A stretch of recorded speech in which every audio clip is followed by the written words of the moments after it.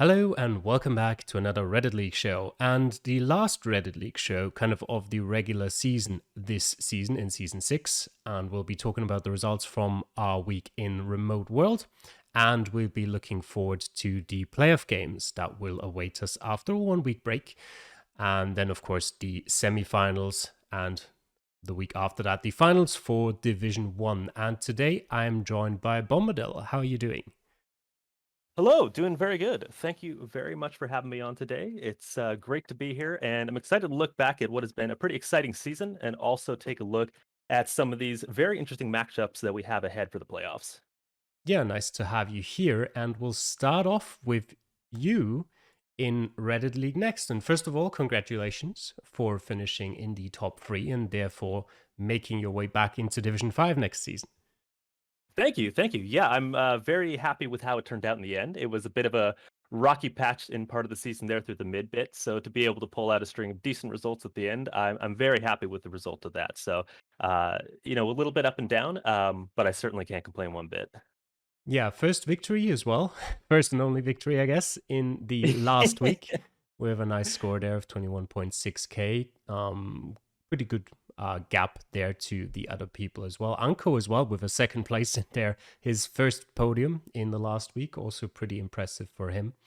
And yeah, G Ye- Papa after. Oh, sorry. Oh no, go ahead. Yeah, just wanted to quickly mention G Papa after missing last week also missed this week. So even if his score technically is good enough to be in third place, anyone who misses 2 weeks is not eligible to qualify for the regular season next season. Of course, they can go through preseason again next season, but not eligible for those top three spots. Now you can go ahead. Absolutely, yeah, and it was interesting to see a couple of us put in some of our best performances right at the very end, kind of saving the best for last there. So, encouraging to see that out of a few people like Anko as well. G Papa was an interesting situation because looking back through the whole season, it was certainly clear that G Papa and Secator were the best players. Like they certainly had consistently the best scores, through the first 9 weeks, until G Papa didn't play the last ones. And I don't know what their reasons were for not being able to play the last ones or whether it was a conscious decision. But it is interesting in this case because it may actually be a benefit in the sense that skill level wise, I think they're too good for Division 5. The consistency with the results in the 24Ks that they got on these 3-minute timer maps was very impressive. So I would expect that if they actually do choose to qualify through preseason again next season, they probably have a better opportunity to qualify directly into Division 2, 3, or 4, for example, then get the automatic qualification to D5 through the Reddit League next. So if it was a conscious choice to drop out and do that, it may actually work out better for them in the end. But they certainly would have deserved to finish in those top two, if they'd stuck out with it. So I'm very thankful to grab second because I don't think it was necessarily earned, so to speak, and not to try to downgrade myself or anything. But I would have been very happy with third in the end and getting that qualification spot. So to get the surprise second place with the dropout is a little bit of a cherry on top. But well earned a Secator. I think they certainly uh definitely earned that first spot with the dropout as well. They were a lock for the first two positions regardless with the performances they put in. So I think there's absolutely no shame in having them sitting at the top of the table by the end of it. But Yeah. yeah. Yeah, fantastic performances from Secator throughout. Interesting kind of strategical choice you mentioned there. That is something that is not possible because I'm not stupid. I know people. And if you have taken part in Reddit League Next or have dropped out by being relegated out of Division 5, you cannot then take part in a preseason and qualify for a division that is higher than Division 5. It is not possible. Because otherwise, you'd have your people kind of like, taking part in next, seeing like, okay, I'm too good for this. I'll just play next preseason. I'll do better. And you'll have people dropping out of preseason constantly, just being like, okay, but next season is my season. And then they'll finally qualify for Division 1. Um, and that's kind of Well, that's yeah. beside the point. So, yeah, even for example, for some of the people a little bit further behind the top three, for like Steiner, for example, Boris, Anko, etc., if they take part in the preseason next season, the maximum they can get is Division 5, of course, if they qualify for it. Would also be a bit unfair for the people like you, like Clemens, like Secateur, if, you know, these people that finished behind you this season would actually have a chance to qualify for a division higher than you next season. Okay, no, that makes sense. That makes sense. Yeah, and so you can't get one past you. You've thought of it all at this point, which is which is pretty good. But also, before we move on as well, I think congratulations to Clemens as well. I think they had a very strong season through it as well, and to be able to grab that third place spot, even if it was a consequence of G Papa dropping out, I think is well deserved, and really that second through fifth spot probably with Steiner and Boris as well. I think any of us, in that kind of second through fifth spot, certainly could have justification for saying that they played well enough to be in Division Five. So I would expect them, and probably even Anko as well, to be able to put in good enough performances if they choose to do so with the next preseason to make it into D5. So I certainly hope to see them all there, and I think they have the quality to be able to do it. Yeah, absolutely. Stein and Boris, especially as you mentioned, the difference between Clemens and Stein are very slim. Just turned around on the last game day, with Clemens having a bit of a better game than Steiner and making up what little he was behind. I think Anko mainly he could be a better player than he is. Kind of, I think, lacks the patience for moving games. Kind of shown in some of like the remote world where it's not really like you're not going to find too much information in most of those locations. That he can perform at like a high level, but in some of those rounds, kind of just going a bit through the motions, kind of like looking around maybe for a minute, and if he doesn't find anything, he'll just guess wherever he thinks it is at the moment, which is kind of why some of his scores there are very low.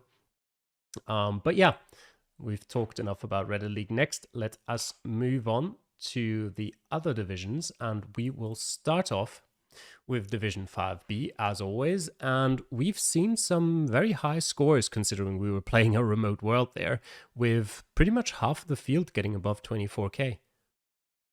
Very impressive, yeah. And remote world, like you said, it's one of those maps where there can be a lot of volatility with it. You certainly can get rounds where you feel like you've been dropped in the middle of a very remote area by definition and don't have a lot to work off of. But surprisingly, there are a lot of situations where you end up with seeds where you get dropped into places where, you're in a more urbanized area than you thought you'd be in, or there's more clues around than you thought you'd have access to.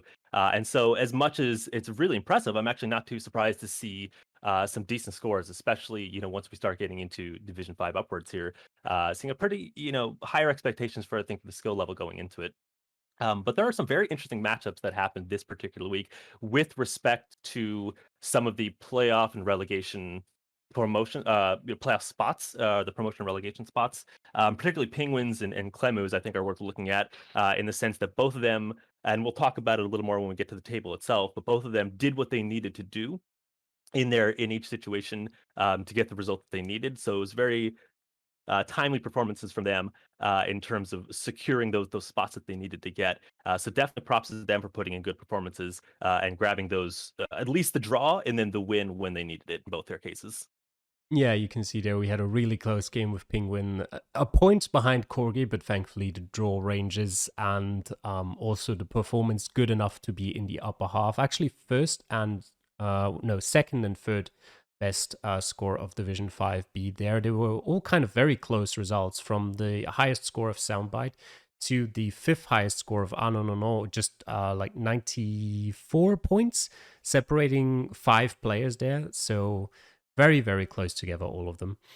And yeah, other than that, Lagege, unfortunately, a yellow card in the last week, essentially, without any consequences for him. Kind of leaving the door open there for Palena for an easy win. So Penguin definitely needed those points from the draw there. Would have probably hoped for a little bit more help from Lagege, but it is how it is. And yeah, on the other side of the table as well, we see Cephalin pick up a very important win against Cougars. Again, unfortunate for Kogi here in this scenario, who had a great game and kind of did what he could against Penguin. But as we'll look at the table now, just not quite enough, as he will finish 2 points behind Cephalin in 10th place, even with that good game in a remote world. Yeah, super close, and that's heartbreaking when you get so close to the end and it comes down to just a point or two in terms of the total season results. And I think it's easy to look at the last week and say, "Oh, if only I, won this game or that game." But you look over the course the season holistically, and it's easy for anybody to look back and say, well, it was this week or that week that maybe I could have played a little better or got that extra performance out of it that may have got the extra win that could have made the difference. So there's a lot of what ifs and what could have happened, but it is tough to get down to the very end and have it within one game's points to miss out on. But definitely credit to Seflin. I think doing what he needed to do at the time. I think at least the draw was needed, and to pick up the win has got to be a good feeling to at least secure that spot, not have to worry about the playoffs. Yeah, absolutely. And probably a feeling that a lot of people taking part in this competition know very well that kind of, if only that had gone differently, and that probably about 3 or 4 different games a season. But yeah, it is how it is. It didn't go differently, and that's why we're here. And yeah, at the top, Mr. Swiss Snow and Danny Blondes, congratulations for their promotion. Mr. Swiss Snow's was already secured last week, and I think Danny Blondes had the red card matchup, so his was also safe, as they will be moving up to Division 4 next season. Mr. Swiss Snow in his debut season, a great one, 10 wins, just 1 loss in 11 games. And Danny Blondes finally, it took making 2 direct promotion spots available for Danny Blondes to finally make it. I think he's been second 2 times before, and he's been 4th once in Division 5 in the previous 3 seasons. So he's finally made it, and yeah, it'll be interesting to see how he does in Division 4.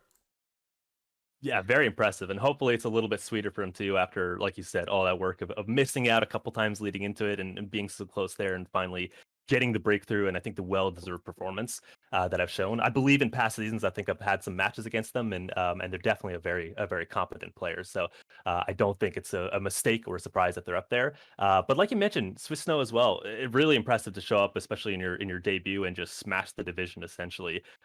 Didn't really look like there was any trouble. It's again, it's easy to look back and say, oh, they're sitting at 10 wins and 1 loss, and they didn't struggle. But some of those are pretty close. So it's not that it was a complete blowout every time, but it certainly is a really positive sign going forward, and it's really exciting to see how they're going to perform in Division 4 next season when they get there. Absolutely. So let's now look at the other side of Division 5, Division 5A. And yeah, here as well, some pretty great scores. Actually, the higher scores compared to Division 5B. We see both Jack and Biquette with 24.8k, Clemu with 24.9, Hordy and Mr. Fish 24.5. So solid performance throughout the whole division, pretty much. No one getting below like 22.7k. Absolutely. And we touched on it a little bit when we were talking about 5B, but this particular seed for Division 5 was, as far as the remote world goes, I think pretty manageable. There were a lot of different clues. We had some that are a little tough. I believe there was around in Mongolia, Mhm. if I'm remembering correctly, which can be sometimes a bit of a dice roll depending on how remote you really are. And how much you can recognize it, but I believe there was a round in Guatemala, around in Reunion in the out in the Indian Ocean there. So definitely rounds where it may be difficult to pinpoint it particularly, but I think there's enough clues to be able to nail it down to at least where you are, and small enough regions that you can get up a pretty good amount of points on a global map like this. Yeah, definitely. I actually had the highest score of the seed. Got to mention that a few times. I get the chance to with 24,966. Yeah, you mentioned a round in Mongolia. It can definitely be one of the most difficult countries you can get, especially on a remote world. But to be honest, in any kind of map, because if you're not in Ulaanbaatar, you're probably not finding any information anyway, no matter if it's a remote world location or not. But that particular type of coverage, which was a location south of Mandalgovi, is a very easily recognizable coverage. Obviously, pretty much impossible to pinpoint because there's not even a road on the map. It's just in the middle of the sand desert, but very distinct. So quite a lot of people getting fairly close there. Let me just quickly check if anyone actually managed to somehow get it close enough to get a 5k there, but I don't think so. I think 4998 is the highest that anyone managed to get. But yeah, I think generally a good seed. I think most of the seeds actually that we got for a remote world this week were fairly good compared to some of what I've seen this map give out. So yeah, Division 5 definitely a fun one there. And yeah, looking at the results, I don't think any of them were too surprising. Of course, a couple toss ups there. I mean, the Pika Toss Paranoid Android matchup, for example, is one that could have gone either way. But overall, I think most of it went as you would expect. Maybe Hwadi with a surprisingly good performance, actually getting some points off Mr. Fish as we look at the table. And yeah, I mean, maybe actually, let me actually check if Mr. Fish did still get a bonus point, because that might have been important if I scroll down all the way. Yes, he did. Okay, so didn't matter for Mr. Fish, even with the win, would have finished below Clemu. So yeah, Jack, fantastic season, 31 points. Kind of same scenario as Mr. Swiss Snow in the other division. 10 wins, 1 loss. Even got a bonus point in his loss, so a point higher than Mr. Swiss Snow, and a fantastic season for him. Absolutely, yeah, and it's you got to give props to the performances that have been consistent throughout, especially in this scenario. Something I do want to point out as well, looking at the results, is down at the battle for the relegation playoff spots.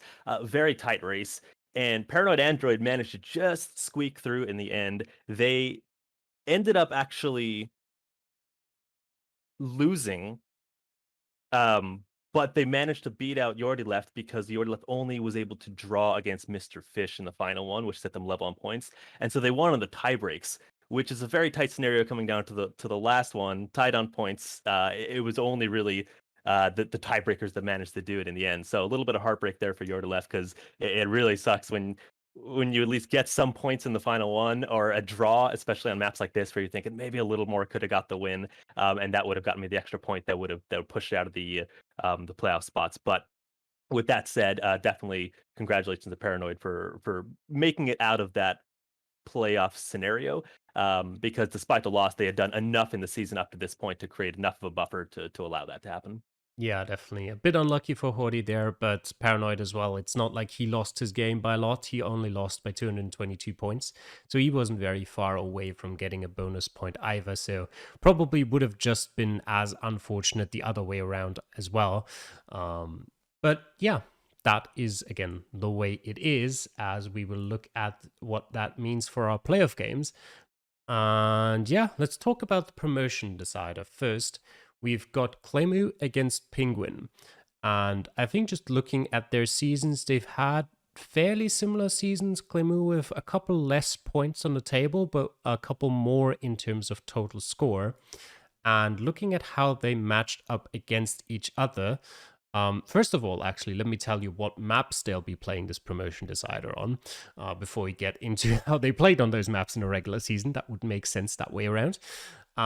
The maps they will be playing are a diverse AI world, South America, and South Africa. Clemu banned, let me just get that, Bhutan, Lithuania, Penguin banned Argentina, and Finland. And on those maps, Clemu got the win on a diverse AI world. Obviously, didn't play against each other or any of them, but just direct Mm-hmm. comparison of scores with 22k to about 20k. And Penguin got the other two both by about 2,000 points as well, with especially a fantastic performance from Penguin on South Africa, where I think he might still be on like the leaderboard of the South Africa map with 24,988. So a bit surprising maybe that Clemu didn't ban that map, but maybe he still feels more confident on it than on, well, the other two that he did ban. Yeah, absolutely, and it will be close between them, I think, going into it. Based on that performance, you do have to lean maybe towards the favorite for South Africa, but with the three of those maps together, you've got a global map and you've got a country map and a continent map. And I would expect for the global map, both of them to be able to put in reasonably good scores. I think they're both going to be within the range where a draw may not happen necessarily, but it's going to be a case where I wouldn't expect them to be more than a few thousand points off each other. South Africa is going to be a similar situation where you might want to give the advantage towards Penguin for the performance, but at the same time, both of them are capable of putting in good scores. South America might be the one that actually is the difference in the end, in the sense that South American can be challenging. A lot of the skill is, first of all, just recognizing what country you're in, but even beyond that, you have such a diversity among the countries in terms of being able to pinpoint. You look at Argentina, for example, and you can end up in situations where, oh my goodness, there's no hope of pinpointing in some of Mm, those areas, and you're relying on the landscape and the looking at where the mountains are in relation to you just to figure it out. Or Brazil or Colombia, which can be very challenging in their own way. But sometimes you get a great round, you stick somewhere in Chile, and you've got perfect highway signs right next to you, and you're thinking, well, I can pin this down in under a minute. So I think there's a lot of volatility for the South America map, and I wouldn't be shocked if that's what comes down to being the difference in the end. yeah, definitely. I think volatility is a good word for pretty much all of our maps this season. I think they're all very volatile. All of them can have those rounds where you're just in the middle of nowhere and you've got basically no hope of even finding any information, regardless of how good you may be and which direction you choose. So we'll hope for the sake of our competitors that those rounds are kept at a minimum by the GeoGuessr gods at giving us our seeds. But there's definitely going to be some in there for some people. Yeah, there's some countries where region guessing is definitely easier, such as probably in a lot of South America. And then later on, we'll get to some other countries like Lithuania, for example, where that might be a bit more troublesome. Although, funnily enough, actually, I think I've gone better at region guessing Lithuania than I have at Finland. So actually, Ooh, I'd okay, prefer to okay. region guess Lithuania. Both obviously very very difficult, and it's not like I know the kind of region. I mean, it's more like I have a good feeling for what it is, and more often than not, I'm kind of right. But it's still very very similar throughout. But yeah, so what's your kind of prediction for this particular matchup? Oh, that's difficult. Yeah, it's hard to pick favorites, of course, because you don't want to you don't want to hurt anybody's feelings. I'd say on the balance of it, maybe I'll lean towards Penguin just because of the South Africa performance. If that's something that they're able to replicate, that may give them enough of an advantage to have the edge. But it's hard to say that it's going to be a clear favorite. And I think that'll be the theme when we see the playoffs for most of Reddit League here. It's going to be tough when you come down to the end of the season and you have both players battling for these spots, it's the reason they're there is because they perform similarly and ended with similar performances. So I think it's going to be rare that we're going to have clear cut favorites. But on the balance of it, just off the performances of South Africa, I'm going to lean towards Penguin. But I'd be happy to be proven wrong either way. I agree mostly there with you. I think looking at these two players, I think Clemu might be the one who's maybe naturally a bit higher skilled. You'd say if you just throw them any kind of seed and say go play, then I think Clemu comes out on top more often than not. But Penguin might be putting in a little bit more effort practicing those countries and maps. So in that sense, I think maybe the veto coming in favor of Clemu there a bit with South America and Diverse AI World, both maps that you don't necessarily have to practice that much. They kind of cover a bigger region. But I still think, yeah, I agree with you that Penguin is maybe the slight favorite, especially with as you said, he can replicate that South Africa performance. I think, yeah, as you kind of hinted at before, I think as well, a lot of it will come down to South America, I think, and who is going to come out on top there. So let's look at the other game here, the relegation decider. And yeah, that will decide who will stay in Division 5 next season and who will have to potentially go through preseason again. Still with the chance to, of course, qualify right back into Division 5. Always depends a bit on, how they do in those preseason games, how many people sign up for it to begin with. But yeah, we've got Hordi against Corgi. Kind of rhymes there. And Hordi bans Bhutan and Finland, and Corgi banned Argentina and South Africa. So far, no double bans in those two matchups. So no randomizing any of the maps yet.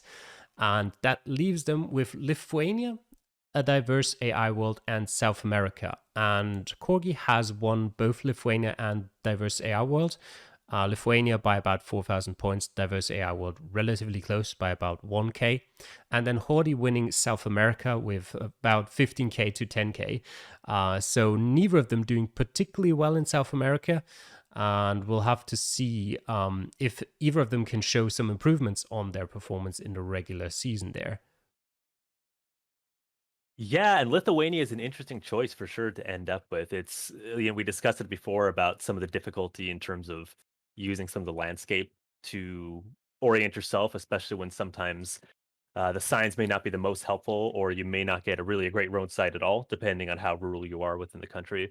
So I think leaning on the regular perceiving performance that maps may glean I think a bit of good information about how the performance is gonna be when we get to the playoffs here with that. And it's an interesting note of that too when you mentioned about getting a little bit better at recognizing some of the areas and some of the geographic areas within Lithuania. I think that's a good example of some of the diversity of skill within the category of using the terrain and the geography to orient yourself in the sense that you look at a lot of countries where the topography is going to be more important in terms of looking at mountains looking at different landscape features, whereas I think Lithuania is more of a case where it's about flora, it's about how well can you recognize foliage and how well can you recognize the different farmlands or what kind of like vegetation you have because there isn't going to be a whole lot of elevation change that you're seeing or really any mountains to orient yourself off of. So, as you mentioned earlier, I think it's a case of when you're looking at that map, besides a case of how fast can you get the signs and how fast can you locate the nearest town, which can be a real struggle in and of itself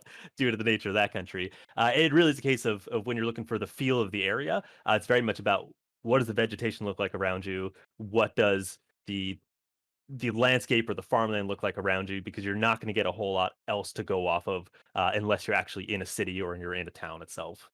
Yeah, and as always, kind of the most important thing in Lithuania is just recognizing town names.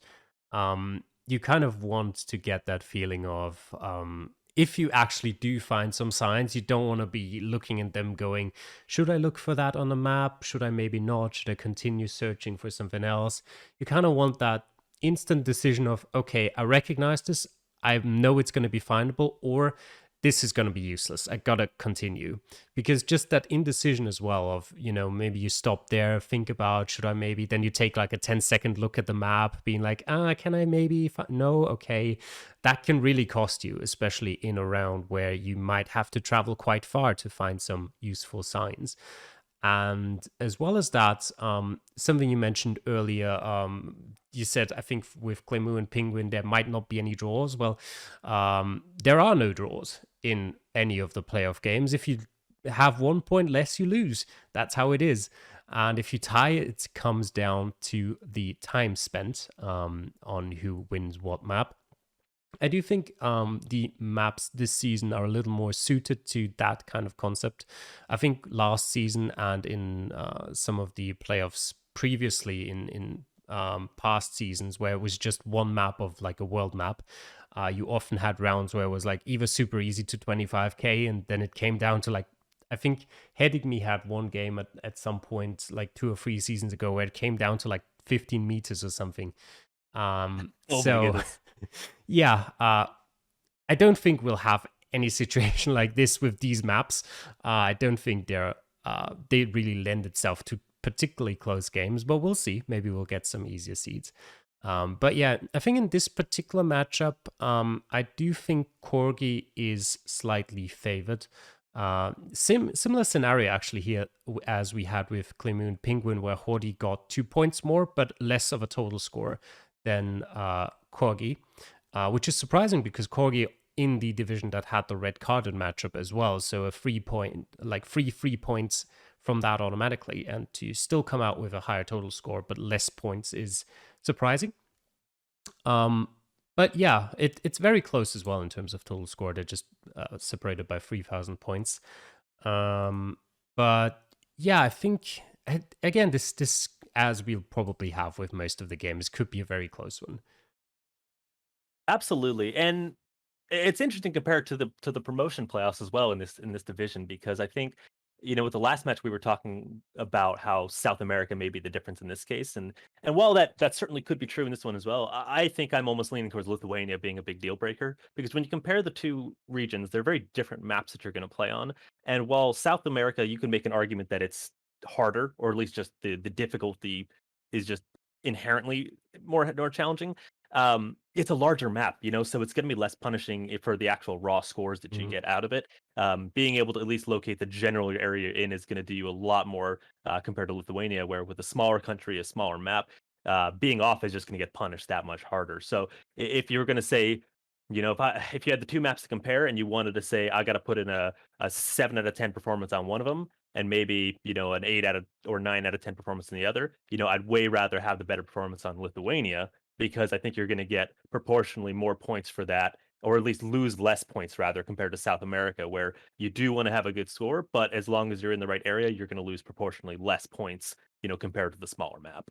Yeah, definitely. Kind of. I mean, of course, if it's up to you, I'd rather have a 10 out of 10 map every time.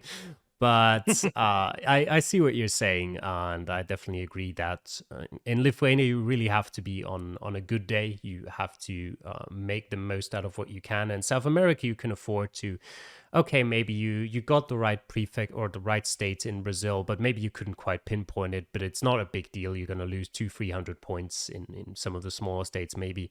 Whereas in Lithuania, if you maybe you're just a bit lacking concentration, just maybe spent your time a bit the wrong way, and suddenly you didn't find a sign, suddenly you're 4,000 points down because you found nothing and you have no idea where in the country you are. So definitely true there. And yeah, of course, gonna be another interesting game there. And we will look over to Division 4 so that we can sort of finish today within the next 2 hours or so. And we'll have some super interesting games here as well. We'll start again with the promotion deciders. And we'll start with personally, I think probably the most interesting game out of all of them, like crossing all divisions here, which for me is Solar Sensei against Lunacy. Both incredibly good players that kind of just ended up in I think was it second and third or and fourth, second and third in their respective division. And Lunacy has banned Argentina and Bhutan, and Solar has banned Argentina and South America. So both of them really not a fan of South America and Argentina in particular. And that meant the randomizer had taken out Finland, which leaves us with Lithuania, a diverse AI world, and South Africa. And Lunacy has actually gotten the better score on all three of them in the regular season, although Lithuania by just 430 points and a diverse world by just 21 points have both been very close. Wow, yeah, that is certainly about as close as you can get coming into this situation with the performances going into that. It's as always, as I mean, it's really tough to pick between them. Both of them, as you said, are really well established quality players. We've seen them around and we've seen them put in good performances consistently. And when you look at especially these divisions, it's really hard to say that where players do and don't deserve to be within the tables. Their performances, of course, speak for themselves at the end of the day. But I wouldn't feel that either of them are out of place in Division Three. So I think that regardless of the outcome, both we're going to get a deserved winner, and it's going to be a shame for whoever doesn't make it. Yeah, maybe you give the slight edge to Lunacy, but just on the balance of how the performance worked out. But those particular selection of maps too, I don't really see them skewing one favor to the other. Both them being American, also may play into it a little bit. Although I think on the grand scheme of things, when it comes to nationality, you might have some kind of advantages in terms of local areas and things like that. But at this level of skill within the game, I don't expect that to play too much of a difference when it comes to especially either a lot of these global maps or a lot of these country maps where neither player are living in them necessarily. So yeah, with that said, I don't see based on the map choice anything jumping out to me to say that one of them has a really strong advantage over the other, because I expect them both to be putting in potentially 24K plus scores on all those maps. Yeah, and I think they also share a pretty similar skill set, which is something I quite like talking about as well. In that, when I say skill set, I mean kind of a geoguessr skill set rather than actually like a knowledge skill set maybe of where you could be thinking, okay, he's good at that country or something like that. I more so mean what kind of rounds are they good at? How are they playing? And that kind of stuff. And I think they're fairly similar in that regard as well. So I'm really looking forward to seeing who comes out on top between the two of them here. And it might just come down to a couple lucky or unlucky rounds in some of those seeds. And as you said, I think both of them would definitely deserve a promotion into Division 3, but only one of them can get promoted. So we'll have to see who out of the two of them manages to do that. And in our other game, that decides the second promotion spot out of Division 4 into Division 3, we have Mikpiet against Wakerlock, which definitely, if you had asked me at the start of the season, what is going to be a promotion matchup, that one wouldn't have come to mind. Mick Piet last season was kind of pretty, like, a good average, I would say. I don't remember where exactly he finished. In my mind, it was somewhere like fourth, fifth, sixth, something like that. So not bad, but yeah, definitely someone who I could say, with a season more experience, maybe can fight for those promotion spots. But Wakelock has kind of, ever since in season one, he managed to promote back then all the way, like 2.5 years ago, promote out of Division 4 into Division 3. And ever since then, since season two, he's always kind of been fighting against relegation, no matter where or in which division he was. So for him to suddenly come out and be in that promotion decider is a pretty spectacular turnaround, I guess. And with their bans, again, four, I guess, different bans from them. Mikpiet banning Lithuania and a diverse air world, Wakelock banning Bhutan and South Africa, leaves us with our first Finland, as well as Argentina and South America, with Mikpiet winning all three of those in the regular season. Argentina very, very with a big gap, but Finland just 10 points between the two of them, and South America was also fairly close, about 1,600 points there. Oh, that'll be tight then coming into it between them. And yeah, I agree. It's nice to see the improvement from both players in terms of compared to their past season results. I think that's always really encouraging to see players who are either comfortably in the division or at least avoiding relegation spots or come from mid-table and then put in a really good performance for the next season to see them push into those promotion spots or at least to the playoff opportunities. So I think it really speaks well of both players to be able to show that improvement for this time around. Yeah, and in terms of the matchups, I mean, when you look at the tables between them, McPiat actually has the higher total score, even though they finished third in their division compared to Wecklock's second place. So it's comparing the two together, not a whole lot to split them. Even though the total score is slightly higher, it's not a huge difference in this case, or certainly not insurmountable.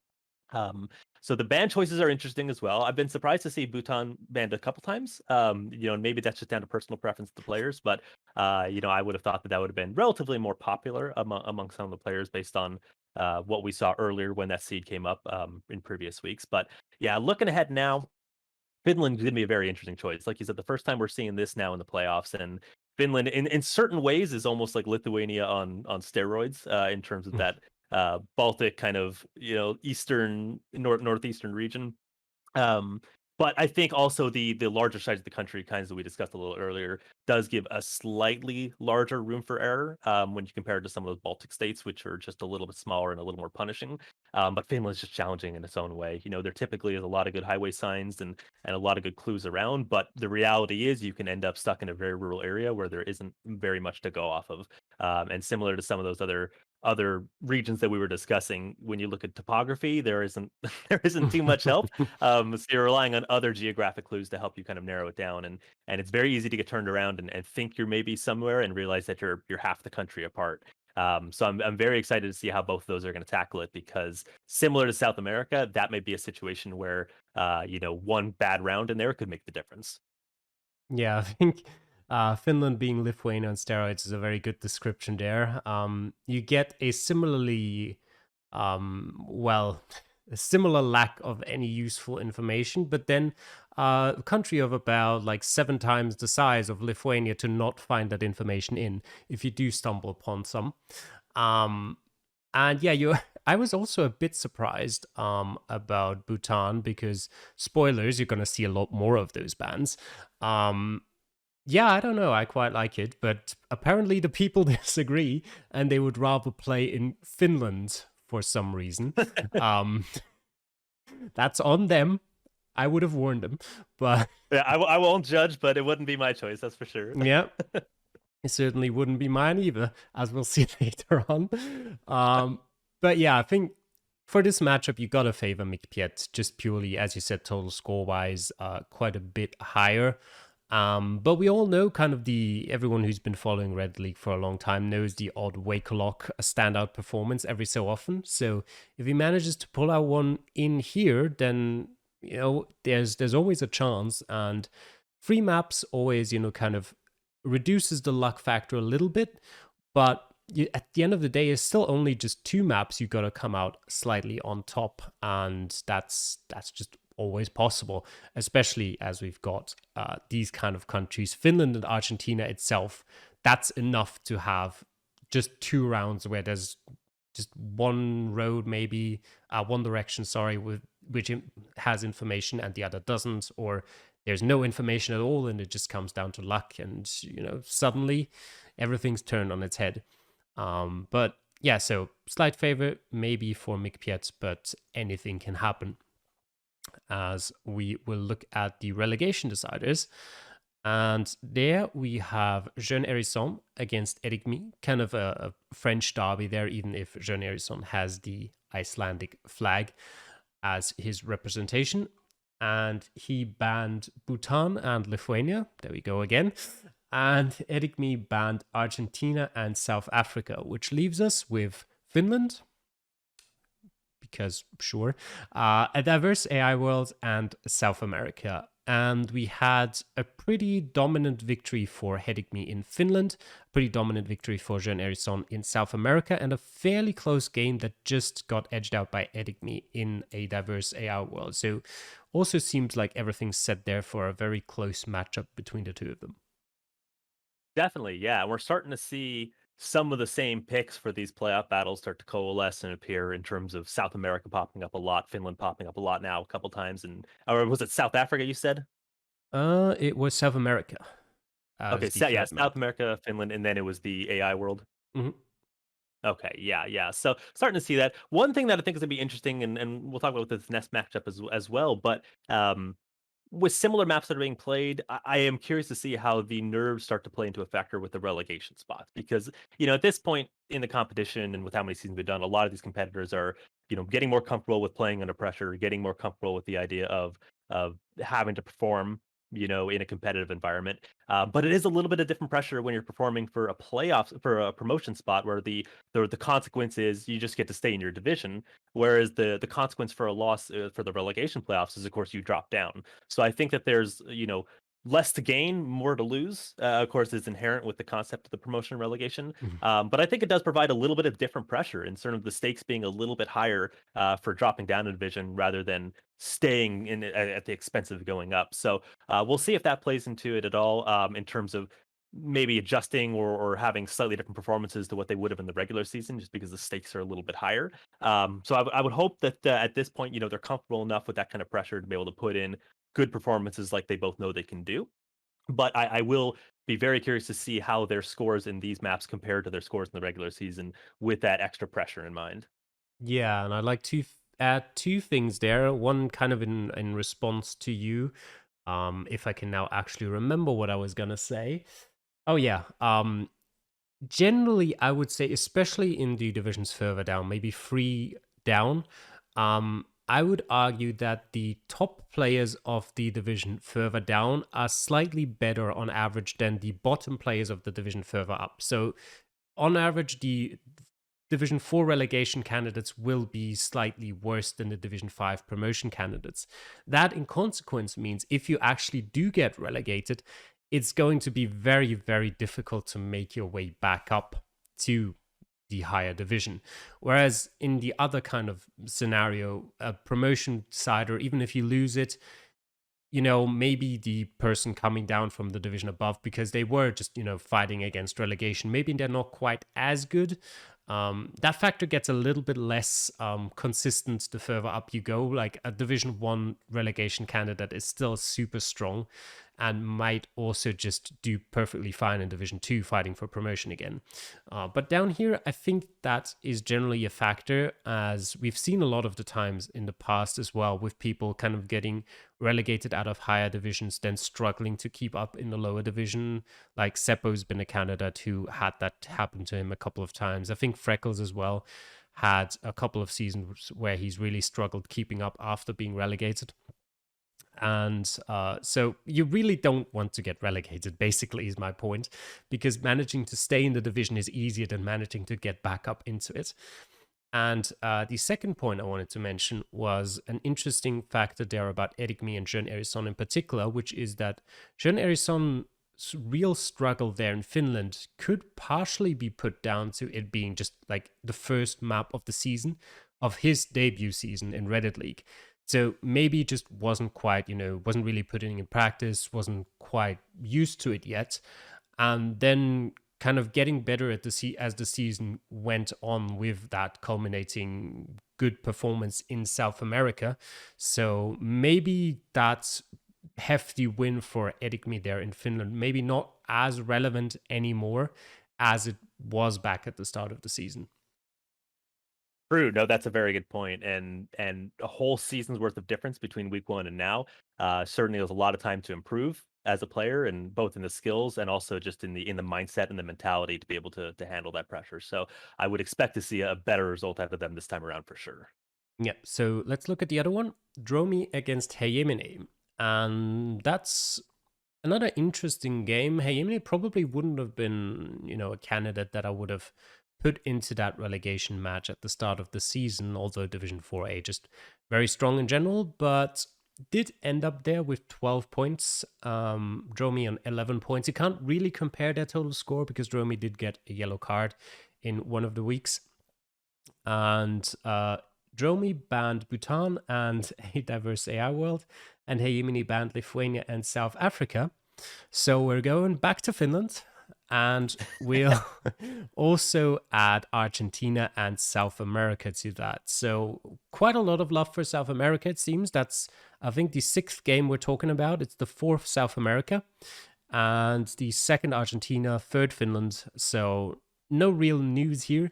And their regular season games, Finland went slightly in favor of Dromi by about 1,400 points, Argentina by about not quite 5,000 points to Heyemine, and then Dromi getting that yellow card in South America, so there's not actually any kind of reference we can make there on in terms of his skill in that country. That's pretty exciting though, because it does leave a big unknown in the sense that now we're really going to see what the performance is going to be like in that case. So that could be a big surprise, or we see a big appearance and a big performance from them on that map. One thing that I think is interesting to point out though is the choice to ban the AI world, which is the global map. That's an interesting choice because a lot of players I think will feel pretty comfortable with that map, and maybe that's a choice where they felt like there wasn't enough upside or enough of a chance that there's going to be a strong difference in score compared to their opponent. So it's better to choose a map where there's going to be maybe more volatility, maybe a higher opportunity to put in, to lose points on a round essentially compared to the global map where there's likely going to be a higher consistency in scores among most of these players. I agree. That could definitely be one factor. The other factor there as well is that with a world map, you kind of just don't know what you're getting into. It could be anything. It could be a super easy seed. You could end up with 5 locations in Indonesia. You could end up with a horrible seed. Like anything goes, really. Whereas in some of the other maps, your Finland, Argentina, Lithuania, you kind of know what you're getting into. It might not always be locations that you like, but you know what to expect, which can definitely also be kind of a reassuring or positive factor, and a reason for why you'd perhaps want to ban a world map. Because again, kind of with those country maps, you've got a better idea of how good you are on them. Okay, I'm good at Finland, I'm good at Argentina, whatever. You know that. And with a world map, you could get 5 locations you're good at, you could get 5 locations you're terrible at. So it's just that little bit of an unknown that could be a reason for why people would prefer not to play that. And yeah, maybe the case here. Maybe there was just some different reason.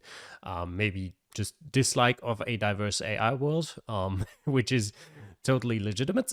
And yeah, I think it could, again, I say this too often, but it could again be a very close matchup. I think Heyemine is my slight favorite there, but especially with Finland, Argentina, and South America, I mean, that's 3 maps where you can easily get locations that just throw it all up in the air, and it's like, five rounds that are just completely in the middle of nowhere, and who knows who's going to win that.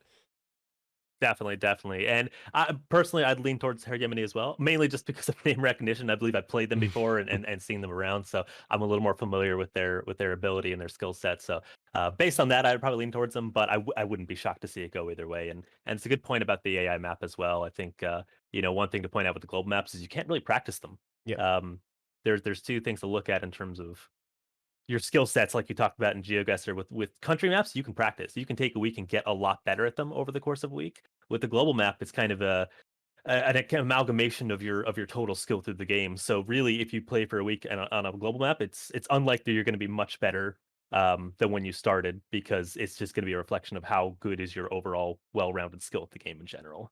Yeah, it's usually kind of okay, the global map, I just don't want to practice. Kind of let me ban something I'd have to practice and let me play the global map because, it's just whatever, my skill is good enough or something like that, where you say, okay, I'd rather play that than a map I could actually practice.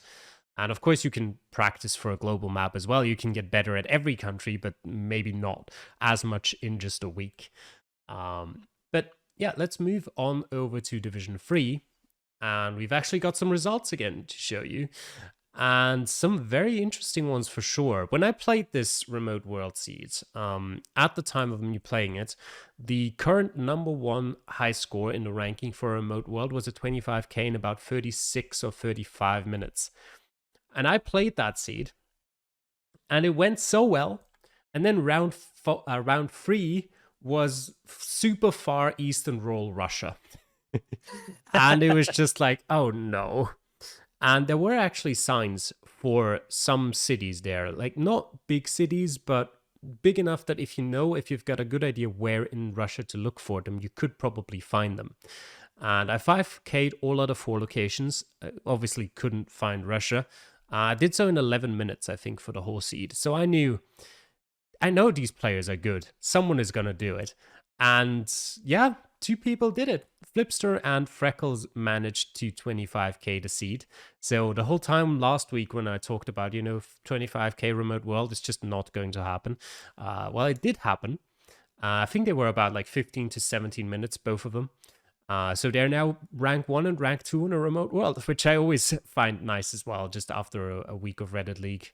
That you just see those high scores of Reddit League players on those maps, especially on something like a remote world as well, which, as I said before, we've played this in Season 1, so this map has been around for ages, and to just kind of mix up the high scores there is really fun as well.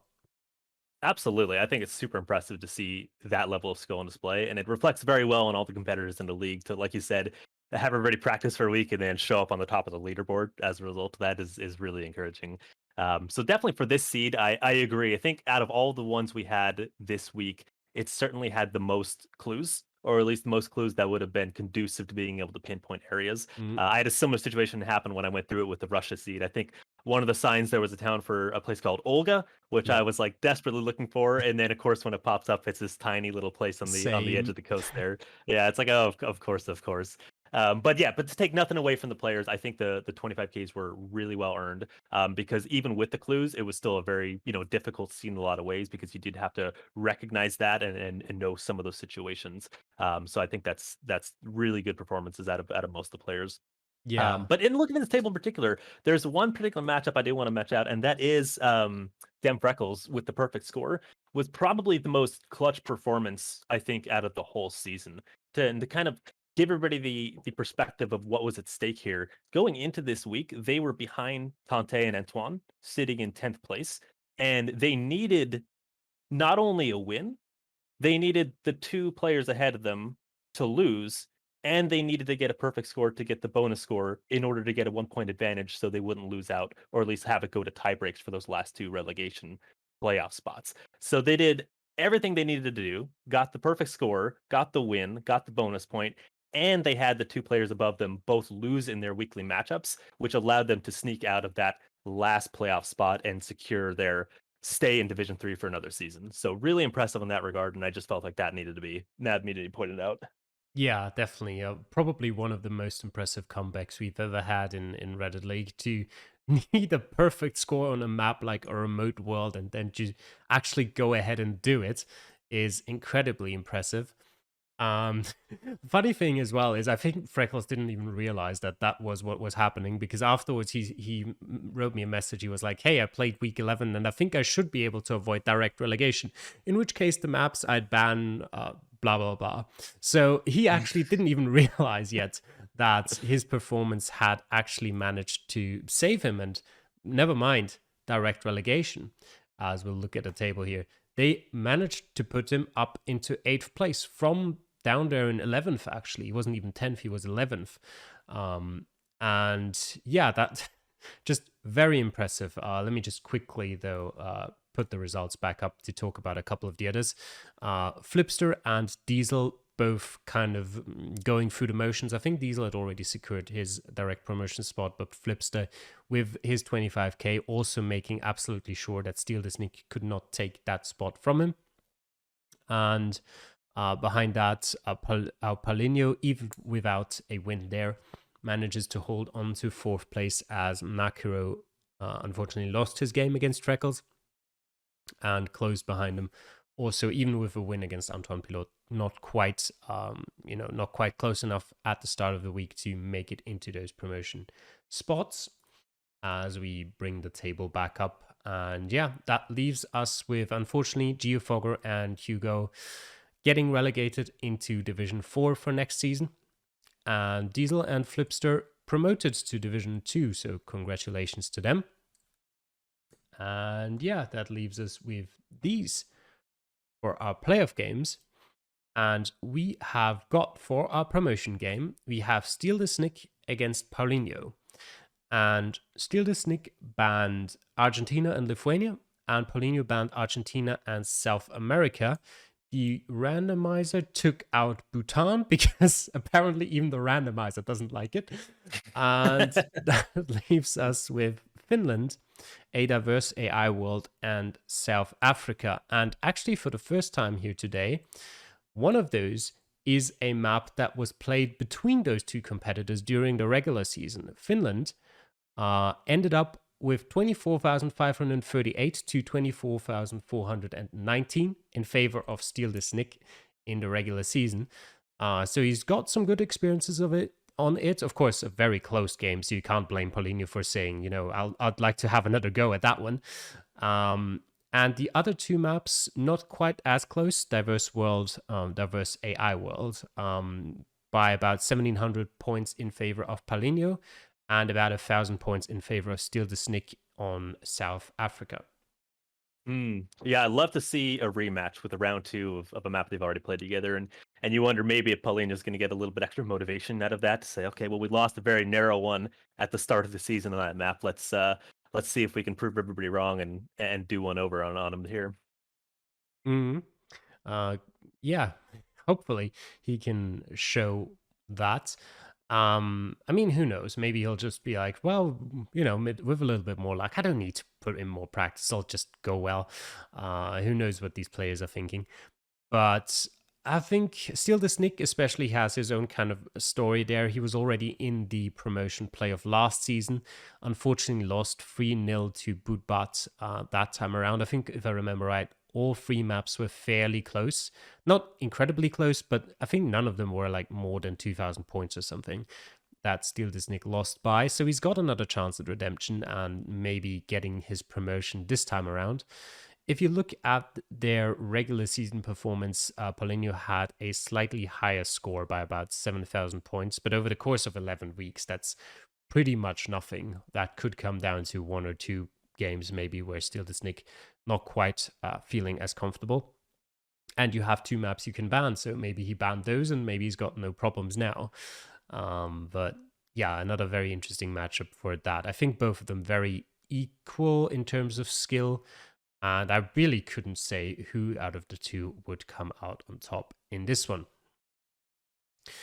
And yeah, the other side, the relegation decider, is another French derby between Tante and Antoine Pilot. And yeah, Antoine Pilot unfortunately had 1 yellow card during the regular season. If he didn't have that, maybe he would have made it out of that relegation playoff zone. But as it was, we saw the table before, both of them on 13 points. Obviously, again, with the yellow card, can't quite compare them that well, but Tante actually had 33,000 points more in terms of total score. So even without that yellow card, he definitely would have had less points than Tante. And Tante banned Finland and Bhutan, and Antoine banned South America and a diverse AI world.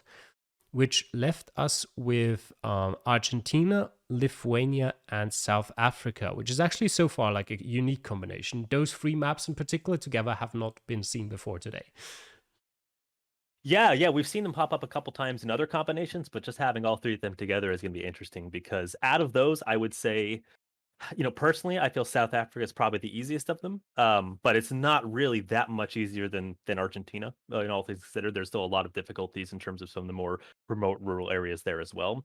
So yeah, that'll be interesting to see how it plays out. And both players, I'm sure, are disappointed, to miss out on not being in the playoffs by just a single point. And as we mentioned with Dan Freckles' performance, having a really good sword to keep them out of that. So I think both of them are going to have something to prove at least to show off against each other. And it is always tough when you're playing your countrymen because it's not a team game in Reddit League for sure, but there's certainly, I'm sure, is a little bit of pride involved with wanting to see another Frenchman, do well. So to have to play one of your countrymen, and that can be, I'm sure, an extra layer of challenge on top of the already difficult matchup. Yeah, and in the regular season, all three of those maps went Tante's way, actually quite dominantly. Anton Pilot actually missed out Lithuania by a yellow card, similar to Dromi. And Tante won the other two matchups by about 4,300 points in South Africa and about 4,900 points in Argentina. Funnily enough, actually, I think out of those three, I'd consider Lithuania to be the easiest one. Just purely based on the maps we've got. I think if you just generally talk about the countries, then yeah, South Africa is the easiest one out of those. But with the map, that is a different story. And yeah, I wouldn't be surprised if we see some low scores in some of these matchups on these maps because they can be very, very tough and tricky. And kind of that, as we've had in previous seasons of Reddit League, a lot of seasons where there would be maps where it's like, okay, you get 24.9 or you're going to lose. And we've seen plenty of games this season on these maps where it was like, okay, if you get 15k, you probably still have a chance on depending on the seed. And yeah, I wouldn't be surprised if we see some of these playoff maps coming down to like 15k on one side and 10k on the other, just scraping by, trying to get any rounds right at all because they're just all in the middle of nowhere. But yeah, I think again, just it's actually interesting how these were the three maps that came out at the end of it because as we looked at the table, they're equal in points. So these are the three maps that Tante absolutely dominated in comparison. So I actually didn't check the two maps Antoine banned if they were much closer or if just, Tante banned the only two maps that Antoine was perhaps good at. But it's certainly an interesting combination of maps to see there. But yeah, let's move over to Division 2, and we've got some more results. As pointed out last week, Estin against Armor, kind of red card matchup there, to kind of leave everything that's important up to actually matches that, are being played out and not just giving out free points to someone. And yeah, overall, I think maybe a little bit of a surprise there. Probably the more difficult seed in comparison to the others, with relatively low scores here throughout. And Verdok losing out against WTF is definitely a bit of a surprise there. Definitely, they had a very strong season through most of it coming to this point, and I know there was a lot of disappointment on their end too because it was two losses in the two final weeks, which is really hard to swallow when you're sitting there in second place or you're sitting there in an automatic playoff spot and or a promotion spot rather, and you're thinking I surely have it locked up and just not quite make the cut on the last couple ones. So I think the silver lining is thankfully they're not out of the promotions altogether. They still have a good opportunity in the playoffs, but that is a hard pill to swallow when you kind of were sitting in the driver's seat and allowed that to slip away in the last 2 weeks. So yeah, I know there's some disappointment there, and it's a shame to drop from second to fourth, which is a pretty big one. But they certainly still have some strong chances, going forward. Yeah, absolutely. As we'll see in a second, was still, even with that loss, good enough to make it to the playoffs. And other than that, Stock managing to win against Max, making use of that Verdok loss, putting himself into the direct promotion spots alongside Renata, who managed to beat Bootbart. And other than that, yeah, Ordboka also managing to hold on to his promotion playoff spot after the week against Samo. That was kind of a direct matchup for that spot. They were equal on points going into this week, so he'll certainly be very happy about that one.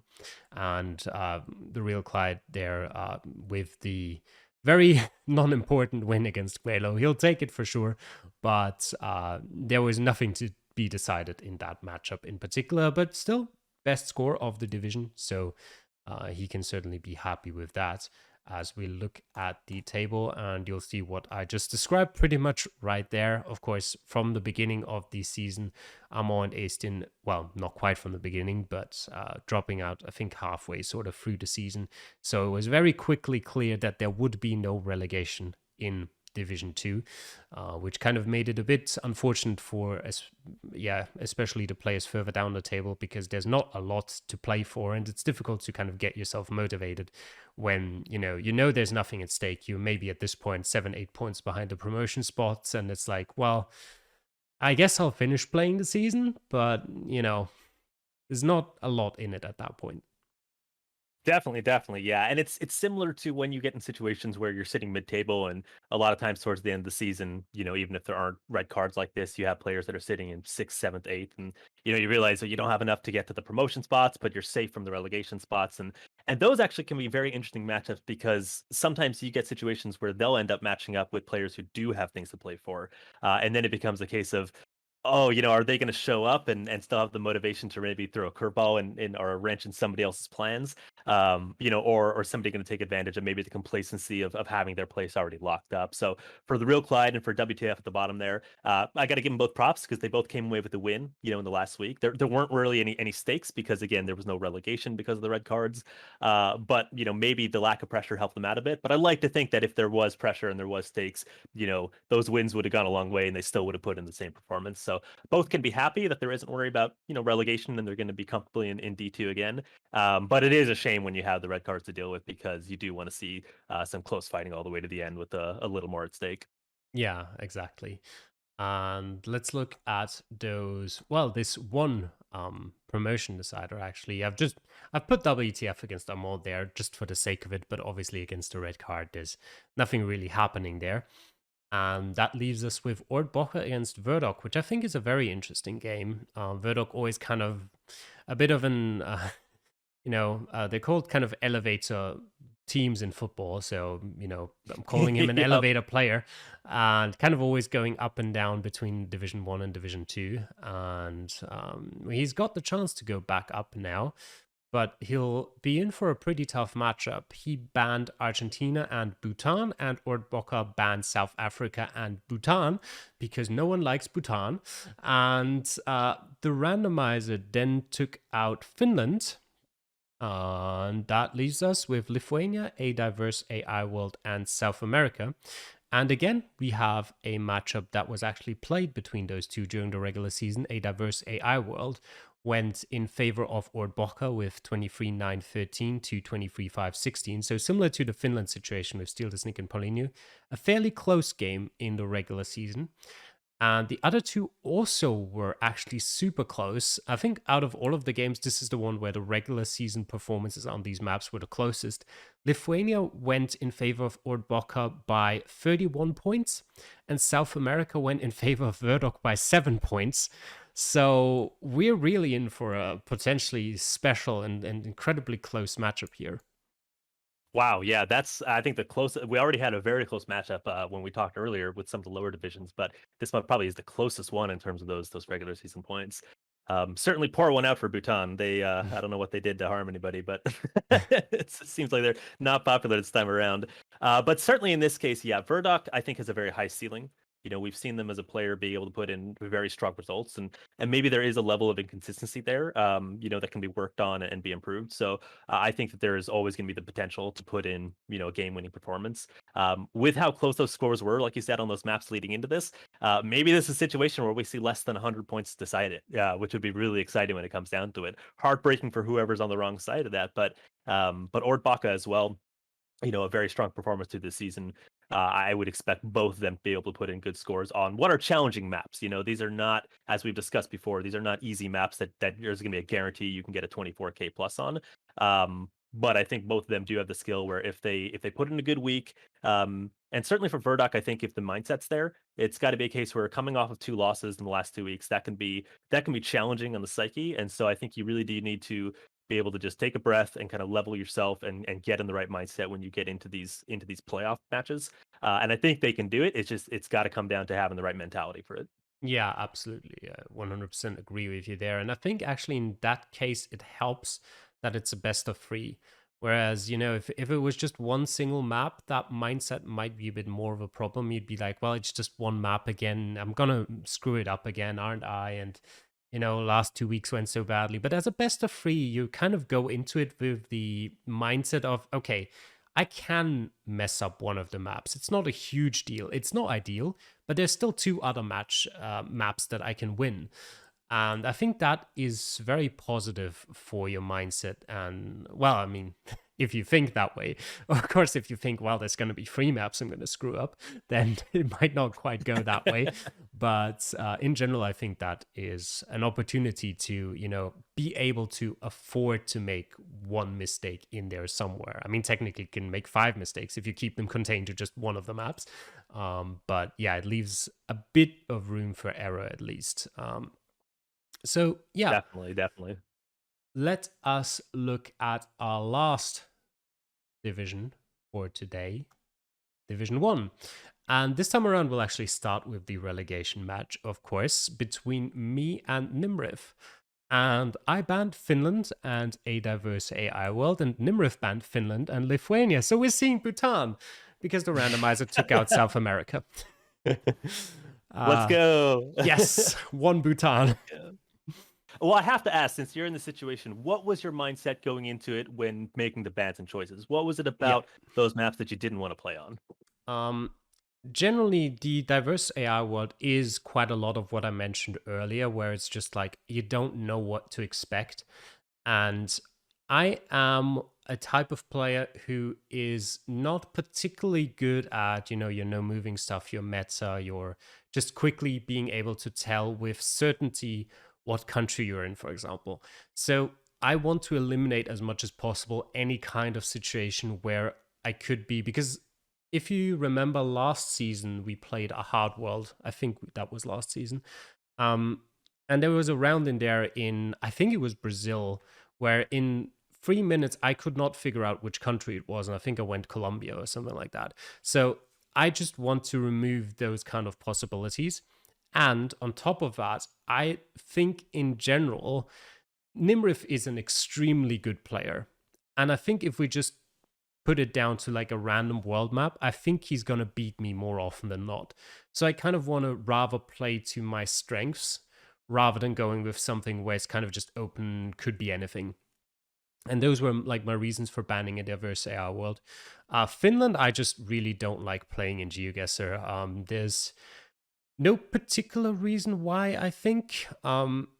I guess if I had to go with anything, with all of the other maps this season that could have these rounds where you have not a lot of information or no information at all, I feel at least somewhat confident about being able to region guess them, even like Lithuania, but of course Argentina as well, Bhutan, and something like that, or South Africa too. Whereas with Finland, I have no confidence about region guesses at all. Like I potentially make a guess, but there is no actual solid basis behind that guess on where I think in the country it could be. Also, I just have bad memories from the regular season where I made an unfortunate error and lost that Finland game. Because Finland to me is also kind of a country where even an easy seed I don't feel super confident on, because the road signs can be quite tricky, because they tend to like mention a lot of different road numbers, and it's not super easy to determine where you are within that whole cluster of numbers. And especially under pressure with just 3 minutes, that can be kind of difficult, and you can quite quickly get sort of an information overload. And that was just the main reason for taking out Finland there. No, that makes total sense. That makes total sense. And with the 3 minute time limit, I think that's a really important to bring up too, because that certainly provides some limitations in terms of what information is going to be available and how fast you can really look at it. I mean, for me myself, I look at Finland, and maybe this is a reflection of my skill level more than anything else, but I think a map like that really flourishes when I'm playing something like explorer mode, and I have all the time in the world. I can relax, I can Mm, say, I'm not in a rush, and I can really get the most out of trying to explore and figure out where these things are. When you're in the time crunch, and of course that's part of the nature of the competition, it just becomes that much harder when you've got sometimes so little to go off of those scenarios. So I totally understand that decision. And like you said, I'm happy to see Bhutan back. As we discussed all this show so far, I'm really surprised it wasn't a more popular pick because it is challenging in its own right in certain ways, but I think there's a lot of recognizability about certain mhm. parts of the regions. There are certain areas that come up a lot, and there are relatively few population centers, if you can even call them that. So it's a case where with the signage in the country, with the roads, the way that they're laid out, and the geography and the orientation of it all, I think there's a lot of clues that can help you find pretty close to where you are within a relatively quickly amount of time, all things considered. Of course, the downside, it is a relatively smaller country, so you're going to punish pretty hard for not getting it on track. But I'm always happy to see it pop up in these competitions because it is a very unique place to play GeoGuessr, I think. Yeah, and I think it's kind of just like that perfect blend of it's not big enough so that trying to practice and trying to learn it is a massive task. Like, for example, your Argentina or your South Africa that we're also playing. I think all three of the maps we're playing actually are quite region guessable and quite learnable. Which is always something I enjoy in a country. But of course, yeah, as I said, Argentina and South Africa quite a bit bigger. And Bhutan doesn't have that huge sort of size to counteract region guessability. What am I talking about? That sentence didn't make any sense. Either way, it's relatively small, so you don't have a huge amount of areas that you need to learn from, is try what I'm trying to get at basically. You have maybe like 7 8 different places where you're like, okay, I can recognize how this looks. Okay, if I'm in that area, I'll be able to region guess it. Or if I know, okay, if it doesn't look like this, then I'm probably gonna have to look somewhere else rather than that specific area. And on top of that, there's usually some information available somewhere. There's still your rounds that just will have nothing because, the season's maps. But most of the time, you're going to find some information. It'll then come down to are you going to be able to do something with it? But you will find information in most scenarios. It's super difficult to pinpoint, though, because the roads are usually not exactly the way they look in real life. And, Yep. and it's very difficult to sort of rely on any sort of side streets because there are none. There's one street through the mountain, and well, that's how you're going to get from A to B. And there's very few things that help you pinpoint if you're not in one of those population centers that you mentioned earlier.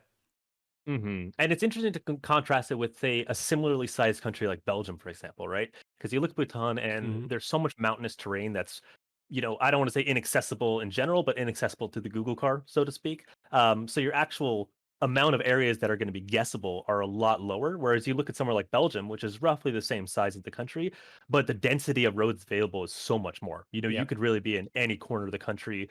So the amount of places you have to look through is so much farther. Where with Bhutan, there's a lot of difficulty with it, but despite the size of it, yeah, the actual roads that are available, not as many as say a similarly sized country somewhere else. So it does narrow down the list of places you're starting to look for, and you can key in on those areas a little more quickly, like you were saying. Now, if any of those place names actually showed up on a map, that would even be it'd be even better to look for them. But yeah, in the regular season, Nimrif did beat me in Bhutan. I had a very unfortunate 50-50 where I went the wrong side of a state. Basically, there's one road through the state. I went the wrong side of it. That's like 4,000 points down the drain. Well, it was actually like 2,000, but yeah, he won by about 1,200 points there. And Argentina, I made a very stupid error, but still came out just on top by about 1,900 points. And South Africa, we both had an absolutely horrible time. And another 50-50 by me gone wrong meant that Nimrif came out on top by about 300 points there, with 12,879 to 12,532. Seoul had a really good hand at picking out the worst seeds possible for Division One this season. Obviously, through no fault of his own, he's not actually choosing them. He's just taking the first one he gets that's playable. But still, it was noticeable the Division One seats were rough, to say It the was least, magic this touch, season. the magic touch. Yeah. So yeah, I think this could be a very close game between me and Nimrif. He did say when I talked to him like 2 weeks ago, he did say maybe he'd practice. That was 2 weeks ago, so maybe he's decided against it by now. But Yeah, yeah, maybe he's 2 weeks better. You know what I mean? Maybe he's been practicing hard for the last 14 days, and he's gonna show up like an absolute monster. well, I'm gonna lose then, but we'll see about that. Well, I hope you don't get relegated. I mean, I hope neither of the players do. Obviously, somebody has to go down at the end. It definitely sounds like it's gonna be a close one. And since you're rooting for yourself, I'll be devil's advocate here, and I'll make my prediction for Nimrif just to even it out but and see if he can stay up in the end. but what if I'm not rooting for myself? Oh, then it really mixes it up because then how far can you sabotage it? It's throwing bets on the other side, makes the money, throw the game. All right, yeah, we'll see how it goes. Hopefully, Nimrov will record as well, and then we'll be able to cast it too, which would be fun to see. And yeah, that only leaves us with one more thing to talk about, which is the Division 1 semifinals. And we've got all of our bans out of the way now. Actually, quickly before we get to that, a quick overview, because I always find that interesting. Bhutan was banned the most often, with 9 people banning it, followed by 8 bans to Argentina, which is actually interesting because just looking through those matchups, it feels like Argentina was still picked plenty of times. Came in 4 times actually. So yeah, I don't know. I guess just all of those matches having like one person ban Bhutan, whereas the Argentina bans coming in from 2 people of the same matchup, and that's kind of why it worked out that way. Third place, Lithuania with 6 bans. Then we've got Finland with 5 bans. We've got ADAIW with 4 bans alongside South Africa with the same. And South Africa was South America, sorry, was the least banned map, just 3 people banning South America. I think it got taken out like twice through the randomizer as well, but most people would have liked to play that. And yeah, the Division 1 semifinals will be still potentially we could talk about changing that up in the future. It's kind of a bit wrong there in the sheet as well as in the screenshot of the sheet there. It's just one map. There's no banning here. These semifinals are being played on a AI generated on an AI generated world. And just a best of one. Whoever gets the most points, or if it's equal, whoever gets that amount of points in the least amount of time will go through to the semifinal, where, again, as last season, it will be a best of 3 2 picks. Well, 1 pick from each of the competitors, and then another game on AI generated world to make up for that third map. And I looked at these particular matchups between those competitors. Obviously, we haven't played AI generated world in the regular season, so I can't look at any particular matchup. But we've got Barry against Baseman, and Barry had the better score in 6 out of the 9 weeks in the regular season. And I think most of the games actually that went in Barry's favor were relatively clear, whereas most of the games that went in Baseman's favor were fairly close. Might have been like 1 or 2 that went in Barry's favor that were close to. But the direct duel between the 2 of them, which was on the 1 location per city / town map, went in Baseman's favor. And that's kind of a similar trend we see in the other matchup as well with Pluki against Bastel, where 5 maps went in Pluki's favor compared to 4 in Bastel's. But again, the direct duel between the 2 of them, which was in South America, went to Bastel.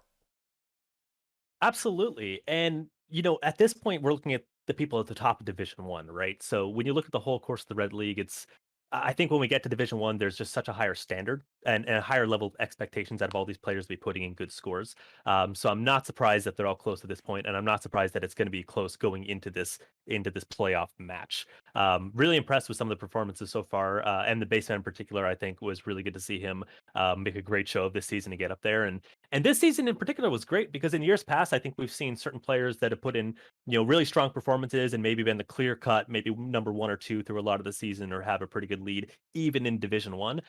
But this time around, it was close all the way until the very end. I mean, only 2 points, less than a full win separates first through fourth in this case, and of course their point score totals as well are, like you just said, really not that far off. And I think the difficulty of the seeds for Division One definitely plays into it a little bit. I mean, just as a comparison, when we look at D1 compared to D4, which also had 9 games in their season, just as a reflection, although Division Four did have more time to play their games, the actual overall scores were a little bit slightly higher in Division Four, which would usually assume is the opposite because with such high standards in D1, I typically expect a more regularity of these 23 24k plus scores through a lot of the season. So it definitely speaks to the difficulty of the season you guys were given, which I think is great because I prefer that to highlight this higher skill level of the players at this level. I think it's better to see harder seeds where you see a little more variation and get to show off the skills, compared to maybe some easier seeds where players of this caliber will be more likely to consistently close to perfect scores. So going into the playoffs, yeah, it's always hard to cut it this close, and I think any of the four of them are going to be definitely deserving of being in that spot to get to the finals. Boilu, though, I mean, Berryfish played really well. And I think that they definitely deserve that first place spot. They have a really, really strong score differential going into it as well compared to the other players when we looked at the table earlier. And I think, what that really shows too is with Reddit League in the current format, especially when you compare it to someone like the Red League Next, where with the league system down there, it very much values a level of consistency in terms of your scores. Whereas Division One and the Reddit League in general with the head to head, consistency is important, but what's more important is being able to put in high ceilings. When you're playing up against your any given matchup, all that matters is you got to do better than the opponent in front of you. And so you don't even necessarily need to get the best scores as long as you just play better than the person you're against. And so having such a high score differential, I think, really reflects highly on Barry in this particular format, showing that yeah, no matter who they're against, it's shown that even if they're not putting in perfect scores on all the seeds, they're able to put in enough of a good performance to beat whoever they're against. Yeah, definitely. I think, especially with first against fourth as well. On the other hand, we've got Bastel and Pluki second against Firth. You see third, you see their total score a lot closer together. There is quite a big difference in that between Barry and M the Basement. M the Basement actually only had the seventh highest total score of the division, not far from fourth highest, but just compared to Barry, a bit lacking there. But it is just one map that he has to win against Barry now to sort of make that upset happen. And then in the final, anything can happen, really. We'll have each player pick one map. So a lot of it comes down to potentially that third map again. If the players pick wisely and pick something that they should be better at than their opponents. And yeah, so at this point, I truly think anything can happen in Division One. You can kind of forget about the whole regular season. That's gone and past, and everything begins anew here. And it is kind of, for a lot of these players, it's their first time being here. Pluki has that experience of being in these semifinals last season, so he's maybe the one who could potentially have the least amount of nerves, because for him it's just another day at the office, another time Red League semifinals, no big deal. So he's definitely in a good position in that sense. And I do actually think, if you're really talking about pure, Geoguessr moving 3 minute skill, I think Pluki might be the strongest player here, even if his total score in the regular season doesn't quite reflect that. I think he had a pretty shocking game in Virginia that dragged that total score down by quite a lot. So yeah, I think it's going to be super close either way. I hope the seed, I've actually created the seed already, but I can't remember it. But I hope the seed is going to provide some fun times and some very interesting challenges to the players, because, when it's just one seed, you don't want it to be super easy and just like, got a 25k and 24,999, you lose or something like that. You kind of want to see Mhm. that's really difficult, and it's like, okay, you got like 19k, but you did really, really well, and there were some super challenging locations in there, and you really deserve that win. That's the kind of seed you want to have for a semifinal like this. And yeah, we'll see if we get that. Definitely, definitely. I know the feeling of sometimes you play a seed and you get 18,000 and you come away thinking, I did really well. Yeah. That was a really good performance. I'm happy with that, and that's always encouraging. So I think, regards to the outcome, it'll be really good to see a French player in the final. You know, because either Pluki or Bastel are going to make it through, and I think the French have always been really good at representing themselves in GeoGuessr, just in terms of consistently putting out really strong players that we see in different competitions, and they have a good history in Reddit League of putting out good performances. So I think it's well deserved that either of the two will be there. And for Boilo and M, the baseman, yeah, picking between them, I think on paper, Boilo's got Barry's got to be the favorite going into it, just because of the purpose of the season. But you know what? I'm going to take a pick out a little bit out of left field, and I'm going to say I'm going to go with M, the baseman, for this one. I think that some of the motivation, the momentum from having such a really strong season and making that final push right at the end to get into that promotion spot, I think that's going to provide a bit of lift in the sails. So I know they're very capable of some very strong performances as well. Yeah, and even though they may not be the favorite on paper, I think they have a good shot in this one, and I'm gonna take go out on the wing and take them for the win.